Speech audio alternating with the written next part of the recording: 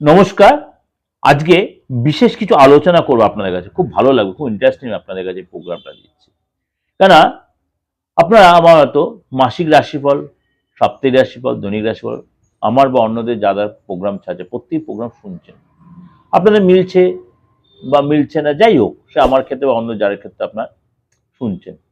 কিন্তু আজকে বলবো এই যে আমাদের 12টা মাস, প্রত্যেকটা বছরই 12টা মাস, অর্থাৎ জানুয়ারি থেকে একদম ডিসেম্বর মাস, অলরেডি জানুয়ারি মাসটা আমরা চলে গেছে।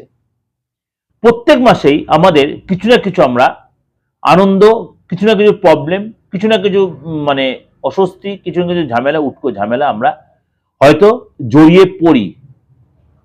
তখন আমরা ঘাবড়ে যাই, এটা যে আগে থেকে জানতাম তাহলে এতটা প্রবলেম হয়তো সাফার করতে হতো না।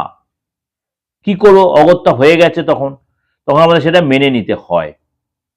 এমন কোনো বছর যায়নি কোনো মানুষের যে সারাটা বছরই আপনার হ্যাবক গেছে। খুব রেয়ার কেস হয়তো গেছে, এরকম একদম বলবো তা না, গেছে। কিন্তু খুব রেয়ার মানুষ এরকম আছে যে সারাটা বছরই আপনার ভালো গেছে। কিন্তু দেখা গেলো এমন একটা মাস আপনার জন্য সারাটা মাস ভালো গেল, একটা মাস হয়তো এমন ডিস্টার্ব হয়ে গেল।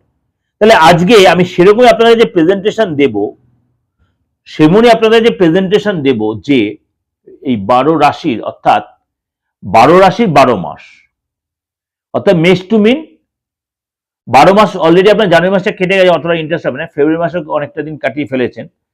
সুতরাং আপনাকে বলবো আজকে যে আগামী যে 11টা মাস আছে, সুতরাং আপনাদের কেমন যাবে মেষ টু মিন, খুব ইন্টারেস্টিং। তাহলে আপনাদের কাছে মাসিক রাশিফল শুনছেন, সেটা গুলিয়ে ফেলবেন না। কিন্তু এটা যে আমি ওখান থেকে কিছুটা শর্ট করে না আপনাদের কাছে প্রেজেন্ট দেবো করা। চলুন তাহলে জেনে নিই আপনার রাশি কি বলছে। মিথুন রাশি।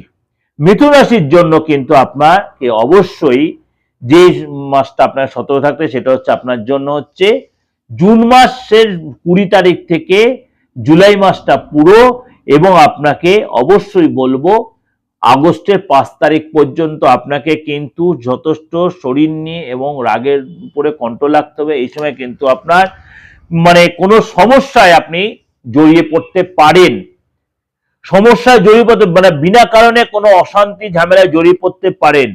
এই সময় কিন্তু শরীরটা নিয়ে মনটা নিয়ে একটু অস্থির হতে পারে, কোনো সিদ্ধান্ত নিতে ফ্যাক্টর হতে, মাথাটা গরম হতে পারে, হাজব্যান্ড ওয়াইফের মধ্যে ভুল বোঝে অত্যন্ত অস্থির হয়ে পাবেন, এবং এই সময় কিন্তু আপনার মধ্যে একটা আনইজি ফিল করবেন।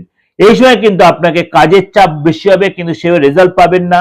বসের উপর খিটখিটে মেজাজ হয়ে যেতে পারে, আপনার লক্ষ্যে স্থির থাকবে, লেথার্জি কাটাবেন, এবং এই সময় কিন্তু আপনাকে অন্যের ব্যাপারে বেশি মাথা ঘামাতে যাবেন না, বেশি পেন বেশি তর্ক বিতর্ক এড়িয়ে চলবেন, তাহলে কিন্তু অনেকটা আপনি একটা রিলিফ পাবেন।